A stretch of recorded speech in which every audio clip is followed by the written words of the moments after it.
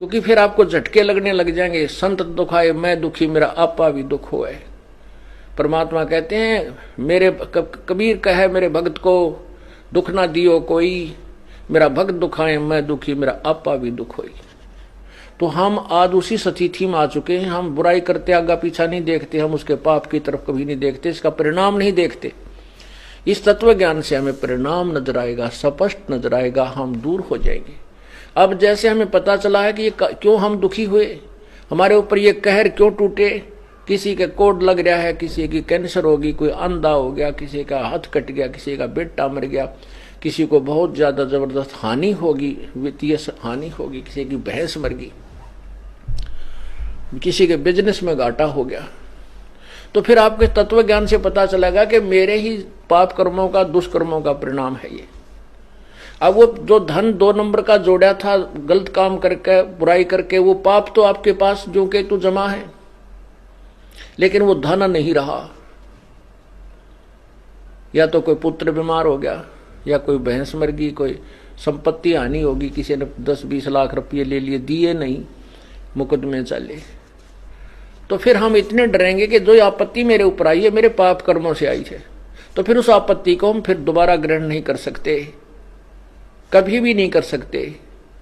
और फिर परमात्मा हमें पग पग पर साथ देगा, हमारा सहयोग देगा, शुभ कर्मों का फल मिलने लग जाएगा, और फिर हम किसी का कभी बुरा नहीं कर सकते। अब तो ना बाप ने, ना तो बेटे न बाप की चिंता रही, माता पिता की तरफ कोई ध्यान नहीं है। वहां ये दास जेल में था, वहां एक तो एक नया कुबाड़ी, वहां देखे कुबाड़िया, कुकर्मी लोग, अच्छे भी फंस रहे थे, जो गलती जिनकी कोई त्रुटि नहीं वैसे वो भी थे, कुछ निर्दोष भी फंसा रखे थे किसी अन्य कारणों से। तो एक ऐसा भी मिला, उसने अपने बाप का कत्ल कर रखा था।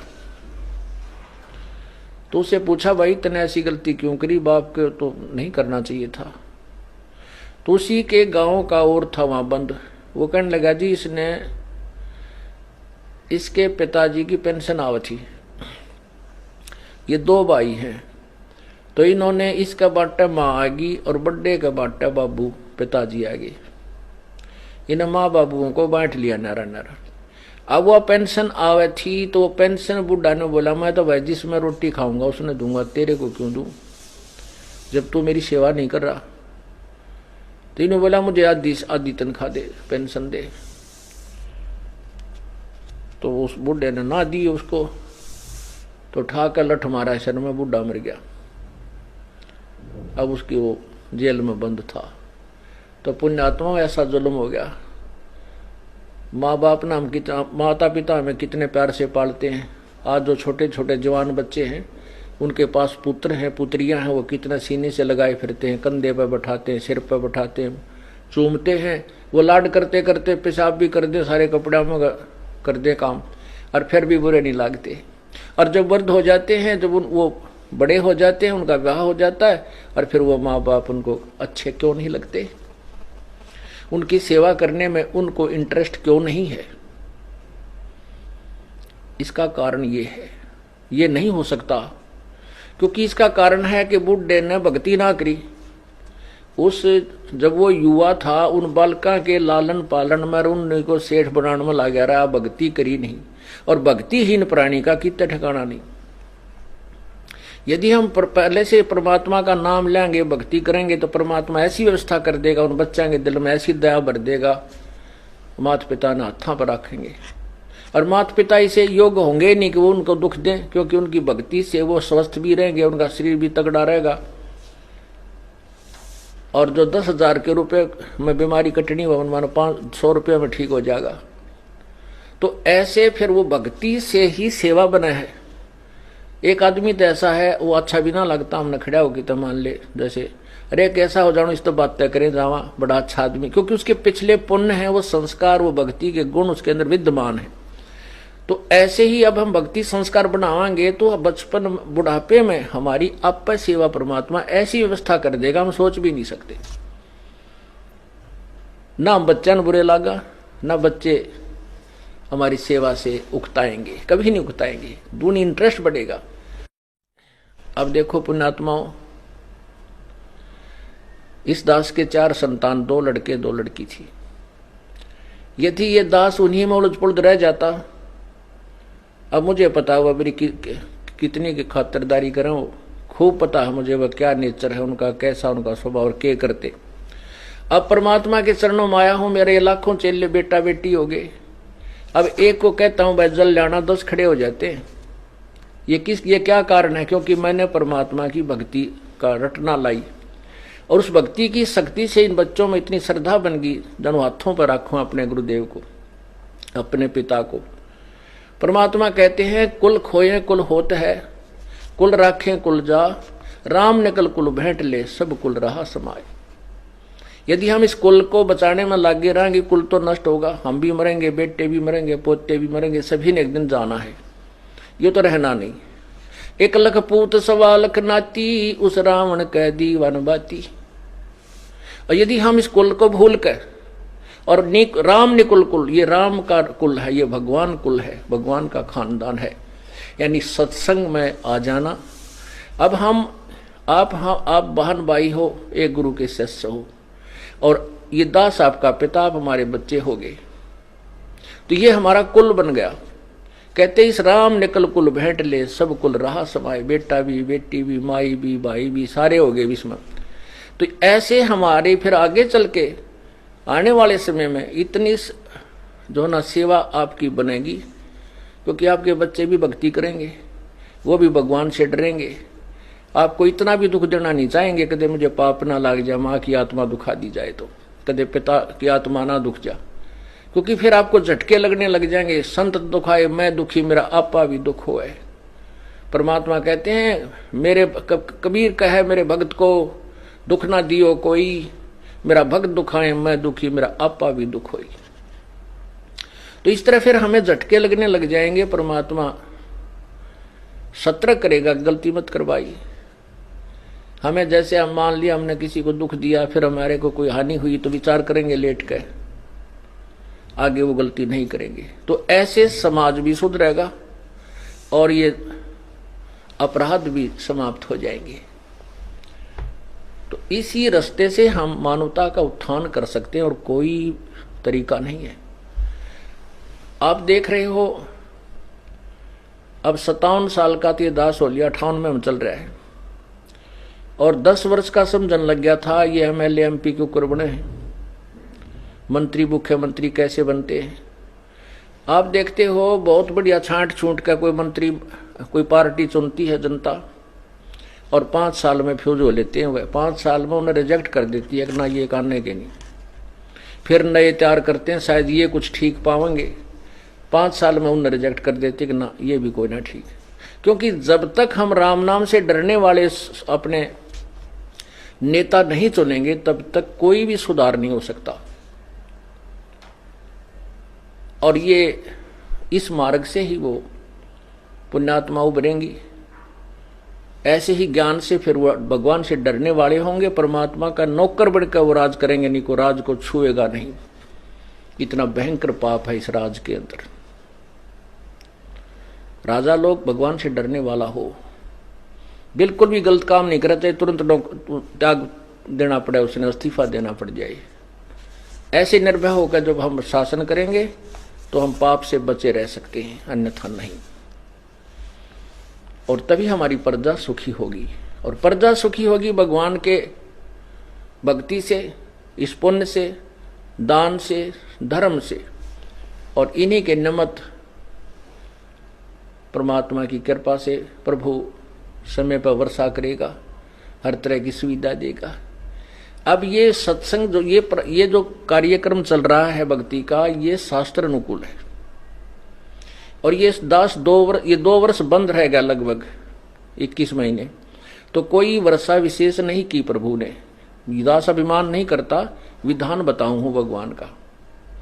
और जब से ये पुनः शुरू हुए हैं, मैं इस दास ने कह दिया था जब जमानत होने से 1-2 महीने पहले भी, वहां आश्रम अपना बरवाला मिल गया है और पाठ प्रारंभ कर दो। तो उसके बाद ये दास 30 अप्रैल को आया था। उसके बाद पूरा जेठ, जून, जुलाई, अप्रैल, मई, जून, जुलाई परमात्मा ने इतनी प्यारी बारिश करी। कहते हैं ट्यूबलों के पानी भी 10-10, 20-20 फुट नीचे चले गए थे। हाहाकार मच गई थी। समाचार पत्रों में भी आने लगे थे कि भारत के अंदर केवल 7 दिन का अन्न है अगर अकाल गिर गया तो।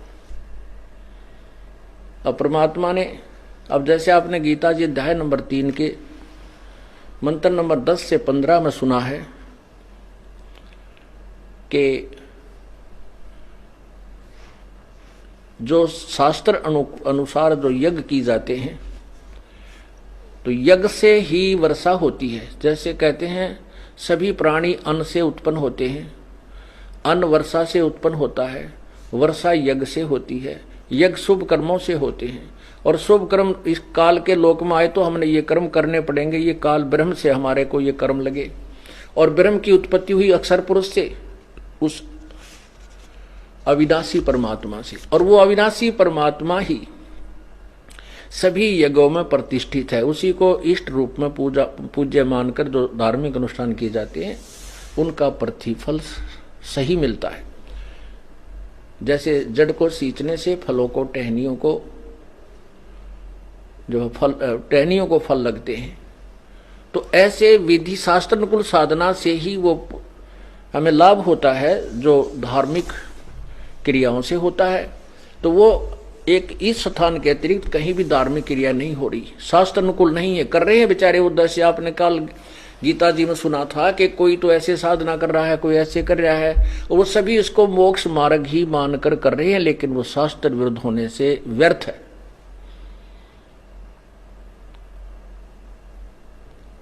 इसलिए ये आप देख रहे हो, ये दास ने, आपने भी देखा, मई, जून और जुलाई, अगस्त दिन खाली नहीं गया जो बारिश ना हुई हो, और बहुत प्यारी प्यारी। और 2 दिन होगी, 3 दिन रुक कर फिर बरस गया। परमात्मा ने इतनी अच्छी बारिश की और ना कहीं फ्लड आने दिया। एक बार फ्लड के आसार हो गए थे, फिर परमात्मा की कृपा होगी, वो भी दया कर दी अपने बच्चों पे। अब पुण्यात्माओं ये समस्या आती है कि भी देखो हम तो खरदान कर रहे हैं, लाभ तो सभी को हो रहा है, परमात्मा की सभी संतान है, ये आत्मा उसी प्रभु की है। अब जैसे किसान खेत में बीज बीजता है, फसल बीज रखी है, गेहूं बो दिया, और गेहूं में खरपतवार भी साथ होता है। अब उस पानी डाला जाता है, खाद डाला जाता है, वो एक एक पौधे को नहीं डालता किसान, वो पूरे ही एकड़ में डाल देता है। एकड़ में सिंचाई करता है, किले एकड़ों के एकड़ों में। तो उसमें क्या होता है कि वो साथ में खरपतवार भी उभरता है, वो भी बड़ा होगा, और वो बल्कि उस पौधे गेहूं से भी अच्छा हो जाता है। जैसे आपने देखा होगा गेहूं जैसा ही एक और पौधा होता है गेहूं की फसल में, उसको जई भी बोल देते हैं। तो वो पौधा बिल्कुल मिलता जुलते, उसके पत्ते सेम टू सेम। उसका कब पता लगता है ये खरपतवार है या गेहूं है? जब बाल आवे, जब उस पर फल परिपक्व होता है, उस पर बाली आती है, जब उसको पहचान होती है कि ये गेहूं है और ये खरपतवार है। उसकी बाली में उसके परिणाम मंत्र होता है। अब जैसे परमात्मा सब जगह वर्षा करता है अपने, क्योंकि वहां उसके बच्चे हैं, उसकी आत्माएं हैं। कोई नगर खाली नहीं, आज कोई गांव खाली नहीं, खासकर हिंदुस्तान में तो विशेषकर हरियाणा और पंजाब, राजस्थान, हिमाचल प्रदेश, महाराष्ट्र, आंध्र प्रदेश, बहुत इधर उधर सभी इसके बच्चे जो उपदेशी हो चुके हैं। तो ये परमात्मा, अब जैसे किसान जब देखता है कि गेहूं के अंदर, और वो जो खरपतवार होता है ना, वो गेहूं से भी बढ़िया स्वस्थ पौधा होता है, ऐसे काले पत्ते बहुत सुंदर हरे हरे, और उससे कुछ लंबा भी हो जाता है। और जब उसका फल आता है, जब किसान माथे माथ मारता है, यू खरपतवार है, उसने पकड़ कर चोटी में तो बाहर काट के फेंक देता है। अब उसको आगे चल के जब आज हम भक्ति कर रहे हैं और हमें भी परमात्मा सुविधा दे रहा है, वर्षा कर रहा है, किसान फल फूल रहे हैं, किसान फल फूल रहे हैं तो सारा समाज ही फल फूल रहा है, सभी को लाभ हो रहा है, फसल जो है ना हर तरह की हमें वस्तु उपलब्ध हो जाती है। अन्न ही नहीं मिलेगा तो फिर हम यहाँ कार कोठी कति अच्छी नहीं लगेंगी। ना ये हेलीकॉप्टर सुहावेंगे जरूरत ये ना मिली है। सबसे पहले तो अन्न चाहिए इस प्राणी को, चाहे झोपड़ी में रहना पड़ जाए। तो इसी प्रकार जब आज दूसरे लोग भी इस वर्षा होने से जो नाम नहीं ले रहे उनके भी ठाटुम ठाट हो जाएंगे, वो तो है उनके पूर्व जन्म के, और उनके भी कोठीकार हो जाएंगे और भगत से भी ज्यादा वो फलते फूलते नजर आएंगे। लेकिन भगवान के दरबार में जो परिणाम, वो परमात्मा तो बाल देखेगा, वो परिणाम देखेगा, रिजल्ट देखेगा, वो भक्ति देखेगा।